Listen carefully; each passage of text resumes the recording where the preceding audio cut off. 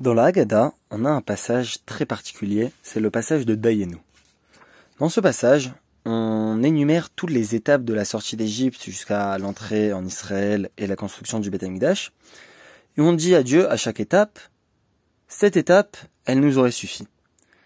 Donc, une question évidente nous apparaît, c'est est-ce que vraiment chaque étape nous aurait suffi ? Par exemple, est-ce que vraiment, s'il nous avait fait sortir d'Égypte et nous avait laissé dans le désert, ça nous aurait suffi ?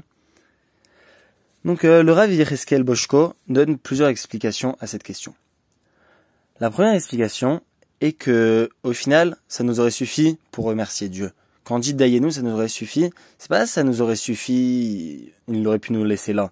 Mais non, ça nous aurait suffi pour remercier Dieu. Rien que cette étape, elle est suffisante en elle-même pour dire entièrement merci à Dieu. Le Rav Yecheskel rajoute à cela que, au final, aujourd'hui, on connaît l'histoire. On sait ce qui se passe après chaque étape de la sortie d'Égypte. On sait qu'une autre étape est arrivée. Et du coup, on sait que si on avait eu qu'une seule étape, par exemple juste la sortie d'Égypte, on aurait été perdu dans le désert. On n'aurait pas pu survivre. Mais dans la peau de l'homme qui sort d'Égypte, c'est tout à fait différent. Prenons par exemple le rescapé de la Shoah, à qui on dit « c'est bon, tu es libre, tu n'es plus sous le joug des Allemands, des nazis ». Évidemment qu'il va se dire « waouh, c'est tout ce que j'ai toujours demandé, ça me suffit ». Ensuite, on va lui dire, voilà, on t'amène en Israël. Elle va dire, incroyable, jamais j'ai rêvé, ça me suffit, j'ai rien besoin de plus.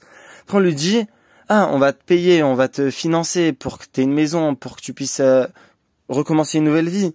Chaque étape, elle est totalement suffisante pour remercier, pour dire 1000 fois merci. Et c'est exactement ça qu'ils ont vécu, les bénis Israël, à la sortie d'Égypte. Et c'est pour ça qu'à chaque étape, c'est suffisant pour dire merci à Dieu.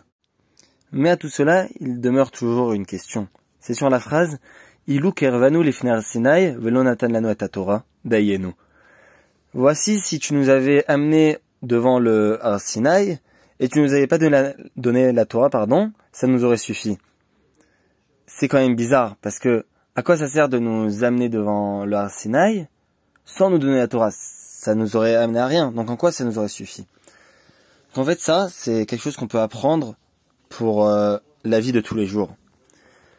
C'est parfois, on est par exemple au Beth Knesset pour prier, et le Yetzer Hara nous dit, au final le cœur n'y est pas. Par exemple, on a envie de manger la bonne Seouda de Shabbat, la tefila se fait un peu plus longue, donc on se dit, le cœur il est déjà à table, donc au final à quoi ça sert que je reste à la Sina ? Du coup, le Yetzer Hara, il nous pousse un peu à rentrer chez soi, un peu avant la fin, 5 minutes avant que ça finisse. Au final, dans tous les cas, le cœur n'y est plus. Mais c'est justement cette phrase. Voilà, même si on avait été au Har Sinaï sans recevoir la Torah, ça aurait suffi. Parce que l'ambiance même du Har Sinaï, la sainteté qui se trouve, qu'on retrouve aujourd'hui en plus petit, disons, mais qu'on retrouve toujours quand même au Beth Knesset, celle-là, elle est suffisante. Et même si le cœur, il y est plus vraiment, reste jusqu'à la fin de la tefila, fini, et t'en tireras quand même quelque chose.